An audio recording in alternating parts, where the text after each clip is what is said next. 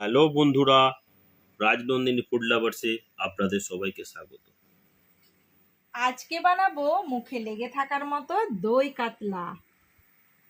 দই কাতলা বানানোর জন্য বড় বড় কাতলা মাছের পিস নিয়ে নিয়েছি, আর এখানে নিয়ে নিয়েছি বাড়ির বানানো দই।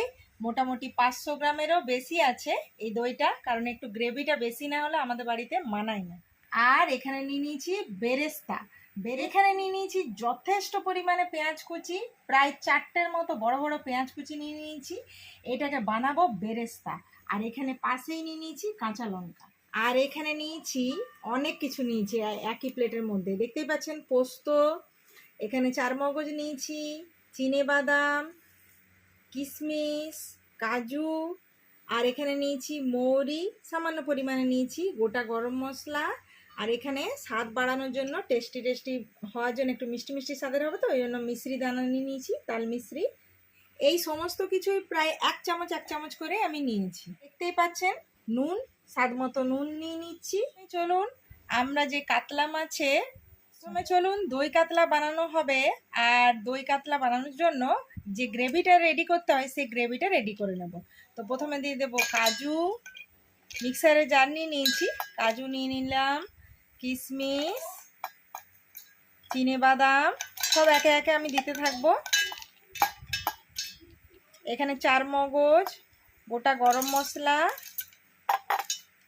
আর এই মৌরি একদম অন্য মানে একটা গন্ধ এর মধ্যে তৈরি করবে। তো আপনারা অবশ্যই এই রেসিপিটা দেখে একবার হলেও বাড়িতে বানাবেন, আর কমেন্টে জানাবেন যে কেমন হলো আপনাদের এই দই কাতলা। আর আর এর মধ্যে আমি দিয়ে দেবো এই মিশ্রির দানাগুলোকেও। আপনারা মিশ্রি দিতে পারেন, আবার চিনিও দিতে পারেন। আমি একটু বেশি মিশ্রি ইউজ করি, ওই জন্য মিশ্রি দানা দিলাম। আর এর মধ্যে দিয়ে দেবো 1 চামচের মতো পোস্ত। সমস্ত কিছু ওই 1 চামচের মতো দিয়েছি। আর মৌরিটা 1 চামচের থেকে একটু কম দিয়েছি, দেখতেই পাচ্ছেন। তো সমস্ত কিছু আমি একসাথে দিয়ে দিয়েছি। এর মধ্যে সামান্য পরিমাণে জল দেব, আর একটা সেই ক্রিম মাখা পেস্ট হয়, ওইভাবে আমি পেস্টটা বানিয়ে আনছি। এটা বানিয়ে নিয়ে এসেছি, দেখতেই পাচ্ছেন একদম ক্রিমের মতো হয়ে গেছে। আর গরম মশলা, মৌরি, ওগুলোর একটা দারুণ সেন্টও বেরিয়েছে। তো এইভাবে মাখা পেস্টটা হবে। তো এখানে ফ্রাইং প্যান গরম হয়ে গেছে, এর মধ্যে আমি দিয়ে দেব যথেষ্ট পরিমাণে সর্ষের তেল, কারণ যেহেতু পেঁয়াজটাকে বেরেস্তা তৈরি করব। তো দেখতেই পাচ্ছেন তেল গরম হয়ে গেছে, আর যথেষ্ট পরিমাণে পেঁয়াজ কুচি করেছি আজকে। তো এই গরম তেলের মধ্যে পেঁয়াজ কুচিগুলোকে দিয়ে দেব, এইভাবে একটু ছড়িয়ে দেব।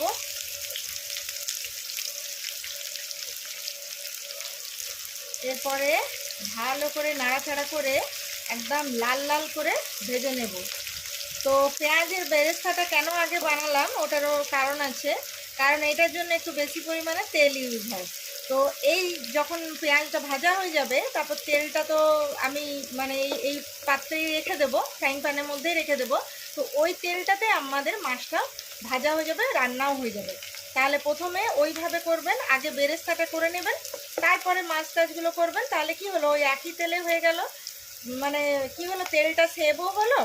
আর দেখবেন পেঁয়াজটা ভাজা হয়ে গেলে ওই তেলের মধ্যে একটা গন্ধও থাকে। তো এইভাবে রান্নাটা করবেন, তাহলে কি হলো, সেভও হলো আর রান্নার টেস্টিও হলো। কমেন্টে অবশ্যই জানাবেন কেমন লাগছে সমস্ত রেসিপিগুলো রাজনন্দিনী ফুড লাভার্সে।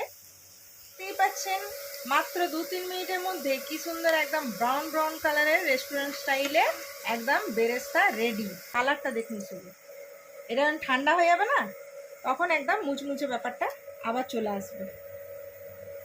তো দেখতেই পাচ্ছেন, আর তেল গরম তো করতে হবে না, তেল গরম আছে, আর যথেষ্ট পরিমাণে তেলও আছে। তো ওই তেলের মধ্যেই আমি দিয়ে দেব এই বড় কাতলা মাছের পিসগুলোকে।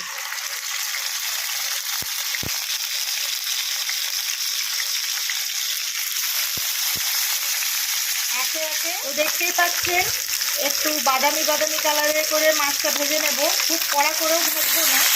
তো একে একে আমি আস্তে মাছগুলোকে উল্টে নেব,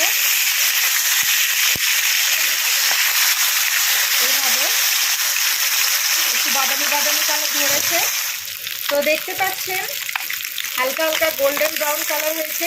এই দেখুন এই পাশেও এইভাবে এই কালারটা এলে আমরা মাছটাকে তুলে নেব। তো দেখুন আমি তেলটা ঝরিয়ে দিলাম, আর এই প্লেটের মধ্যে বেশ বড় বড় সাইজের কাতলা মাছ ভাজা তুলে নিচ্ছি। থেকে বড় সাইজের কাতলা মাছ আনিয়ে একবার অবশ্যই এই রেসিপিটা ট্রাই করবেন। দই কাতলা মানে যদি আগেও খেয়েছেন, এইরকম দই কাতলা মানে খেয়ে মুখে লেগে থাকবে। আর কমেন্টে অবশ্যই জানাতে ভুলবেন না বন্ধুরা।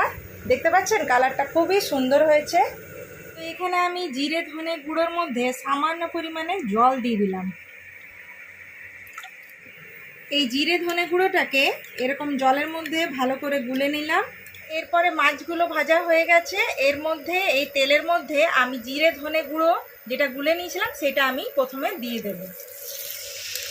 এটা কাজু কিশমিশ তারপরে চারমগজ পোস্ত সমস্ত কিছু দিয়ে যে গরম মশলা দিয়ে পেস্টটা বানিয়েছিলাম, ওই পেস্টটা ক্রিমের মতো রেডি করে নিয়েছিলাম, ওই পেস্টটাকে এরপরে এর মধ্যে দিয়ে দেবো, এই মশলার মধ্যে।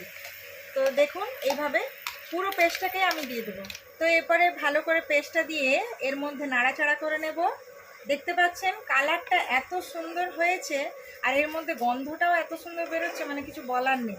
তো অবশ্যই অবশ্যই বন্ধুরা একবার হলেও এই রেসিপিটা বানাবেন। এই দই কাতলা খেয়ে মানে মুখে লেগে থাকবে কিন্তু। দেখতে পাচ্ছেন কি সুন্দর একদম টকবক করে ফুটছে, আর কালারটাও মানে ধীরে ধীরে ধীরে ধীরে চেঞ্জ হয়ে যাচ্ছে। এরপরে এরই মধ্যে দিয়ে দেবো আমি একটু স্বাদ মতো নুন।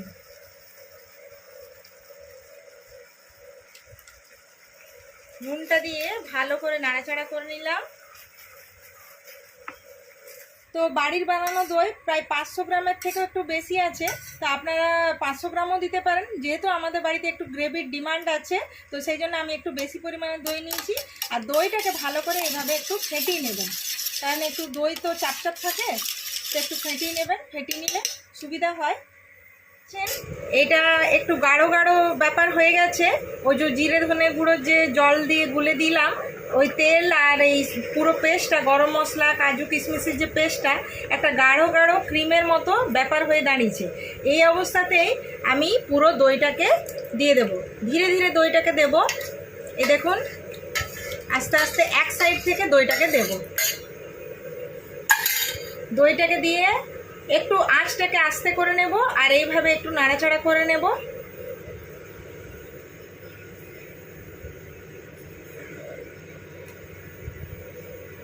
কালারটা দেখুন একদম মানে দারুণ একটা কালার বেরিয়েছে। আর এইভাবে দই কাতলা বানিয়ে খাবেন কখনো বাড়িতে, মানে আঙুল চেটে চেটে খাবেন। তো দেখতেই পাচ্ছেন একটু মিডিয়াম আঁচে করা হচ্ছে, আর এই দেখুন ফুটে এসেছে। এরপরে চলুন এর মধ্যে দিয়ে দেব একদম বড় বড় মাছ ভাজাগুলোকে। এর মধ্যে চলে যাও। এই দেখুন কালারটা দেখতে পাচ্ছেন, শুধু বন্ধুরা দেখেই লোভ লাগবে। আর শুধু দেখলে হবে না, বানিয়ে খেতে হবে, আর কমেন্টে জানাতে হবে যে কেমন হলো এই রেসিপিটা। তো দেখুন একদম ডুবো ডুবো ব্যাপার হয়ে গেছে, টকবক করে ফুটছে। একটু মাছগুলোকে এপাশ ওপাশ উল্টেও নেব। এই দেখুন টকবক করে ফুটছে, এই সময় কাঁচা লঙ্কাগুলোকে দিয়ে দিই। আবারও বলছি আমার বাড়িতে যেহেতু বাচ্চারা খায় সেই জন্য আমি গোটা গোটা কাঁচা লঙ্কা ইউজ করছি। যাদের বাড়িতে ঝাল একটু ঝাল ঝাল পছন্দ করেন তারা কাঁচা লঙ্কা কুচি করে কিংবা কাঁচা লঙ্কা চিড়েও দিতে পারেন। দেখতে পাচ্ছেন খুব সুন্দর একটা গন্ধ বেরিয়েছে বন্ধুরা। চলুন আর কথা নয়, আর দেরি নয়, এরপর চলুন ইন্ডাকশন বন্ধ করে দিলাম। আর এই ফুটন্ত অবস্থাতেই দেখতে পাচ্ছেন আমি বন্ধ করে দিয়েছি। এই দেখুন একদম ঝরঝরে বেরেস্তা রেডি, আর বেরেস্তাগুলো উপর থেকে এইভাবে ছড়িয়ে দেব। দেখুন দেখলেই লোভ চলে আসবে। এই রেসিপি অবশ্যই বাড়িতে বানাবেন, আর ছোট বড় সকলকে খাওয়াবেন, আর ফ্যামিলির সাথে এনজয় করুন। একটু বেশি পরিমাণে বেরেস্তা দিলে কি হয়, যখন সবাইকে সার্ভ করবেন তখন গ্রেভিটার সাথে সবার পাতেই কিন্তু একটু বেশি পরিমাণে বেরেস্তা পড়বে, তখন কি হবে সবাই খুব খুশি হবে। দেখতে পাচ্ছেন ওই জন্য আমি একটু বেশি পরিমাণেই বেরেস্তা বানিয়েছি। তো রেডি হয়ে গেছে দই কাতলা। দারুণ একটা সেন্টও আসছে, হ্যাঁ আর দেখতে এত ডিলিশিয়াস হয়েছে। হ্যাঁ, তো এইটা রেডি হয়ে গেছে। আর একদিকে গরম ভাত বসিয়েছি, প্রায় 10 ভাতের মিনিট সঙ্গে পরে খাবো। হ্যাঁ ভাতটা হয়ে যাবে। ভাতের সঙ্গে গরম গরম দই কাতলা দেব। তো দারুণ রেসিপিটা। পুরো ভিডিওটা কেমন লাগলো তো অবশ্যই কমেন্টে জানাবেন বন্ধুরা। তাহলে আজকের মতো বাই বাই বাই। বাই।